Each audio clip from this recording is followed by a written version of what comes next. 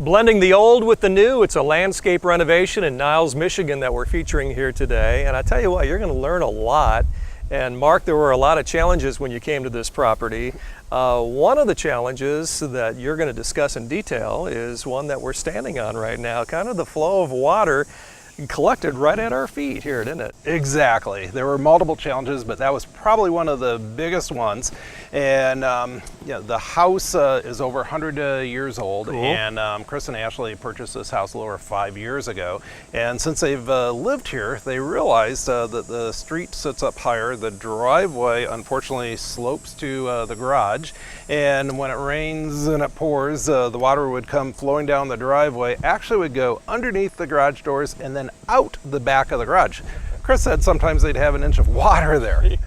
Isn't that something? To think that the water went right through the garage. Yeah, so wow. That was one of the first challenges that we wanted to tackle. And so what you see here is the original asphalt. And then what we did was come in here and saw cut the asphalt. We poured new concrete and we made sure that we had good drainage away from the garage, sloping down to this drain called a trench drain. Trench drain. And this goes down about 12 inches. It collects the water. So as the water comes down here on the driveway and also from the garage, it's collecting the water. And then at the end of the trench drain, we've got a large 6-inch drainage pipe, which we've ran underground and goes out the backyard. And what that does is it gives us complete control of the water and not the water going wherever it wants to go. Chris and Ashley liking the results so far? Absolutely. It's made a big difference. So you're going to see new concrete, and then you're going to see something really, really special here. And this is one of my favorite type of applications with concrete. This is called exposed stone aggregate. And we've got a historic house here that's over 100 years old, and we just didn't want bright new concrete. And so this has some of our native stones, which are actually embedded into it, and it gives you kind of that age type of look. Sure And also a nice high-end type of look and feel without breaking the budget. Yeah, and you've got a ceiling, it looks like, over the top. Exactly. Right? And so this path leads to all of the outdoor living areas. They've got a nice swimming pool and then an area where they can have outdoor dining. This is really cool. And talk about an outdoor living area. I mean, this is the epitome of an outdoor living area, isn't it? It is, yes. Nice wide walkways. I love. And that's what we done. wanted. Yeah. We didn't want a 2 or 3 foot sidewalk here. We actually have a 5 foot sidewalk, and so kids can be coming, kids can be going, and you don't have to step off the side. We saw a few kids coming and going just as we arrived. It's a very popular house here with the neighborhood kids. And we also did some foundation plantings here. We've got Japanese maple for a splash of red color, little dwarf burning bush, got some boxwoods underneath the base of the window. And then these lilacs were here originally, and what we did was wanted to blend the old with the new. And so we added a few little dwarf cypress along with some dwarf ornamental grasses as well, just to kind of freshen that up. Now, lying straight ahead is an interesting tree for a number of reasons, actually. But the kids just love hanging out of this thing, don't they? They do. And of course, this was here originally, and this is their kids' favorite tree. They love climbing up to the tree. And in our 36 years of business, I don't ever recall adding stepping stone paths leading up to a tree. This is a first, but it is that important. We wanted to give the kids easy access to their favorite climbing tree. And then we beautified the area here. We've got some low maintenance roses, which are blooming nonstop all spring, summer, and fall. Hostas, which thrive in the shade, along with some dwarf densiforma yews to give us some fall and winter interest. And then astilbes, which bloomed earlier in the season here. Again, they love the low light shaded areas as well. Chris and Ashley, they really love entertaining, don't they? Yes, they do. And that was another challenge here. We had so much asphalt here. And in fact, they felt that the previous owners had to have owned an asphalt paving company because there was so much of it.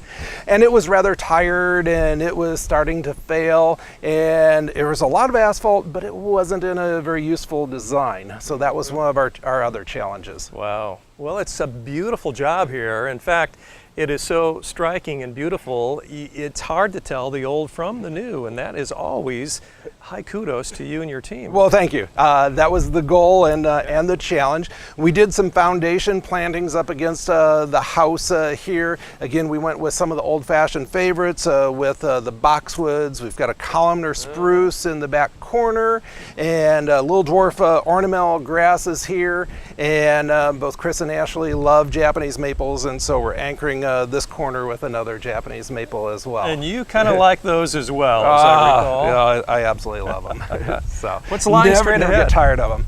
Well, as they sit here on the patio, it's actually elevated and raised from the street level down here, and they wanted to have some privacy. And so if you look behind our hydrangeas, you see some hemlocks, and as those grow and mature, that's going to create kind of a living fence. Cool. They're, of course, evergreens, and so they'll do a nice job of providing a buffer. And then we always like to do a nice layered look, and for that reason, we've got the hydrangeas in here, which are putting on a nice show of color.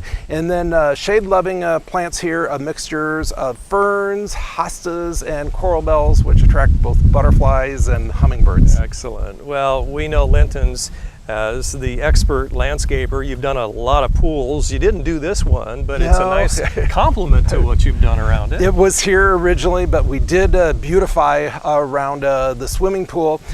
Something just wanted to share with both you and the viewers out there is that we used some paving brick edging here, which goes along with the time period of the house. It's also very, very low maintenance. And we like to work with a lot of curves. And so you see things flowing nicely here. The sidewalk flows up to the swimming pool, and we designed it so that when there's furniture on the patio, you can still walk around the furniture and not have to say, pardon me, excuse me, all the time. Yeah. I love what you said, Mark, about the time period of the house. You really have to keep that in mind at all times, don't you? You do. And we wanted to make sure that it all tied in together. And if you stand back here and you look at the house, I think it worked out extremely well. I think so too. Well, I like what you've done here as we get a little closer to one of my favorite areas. Okay.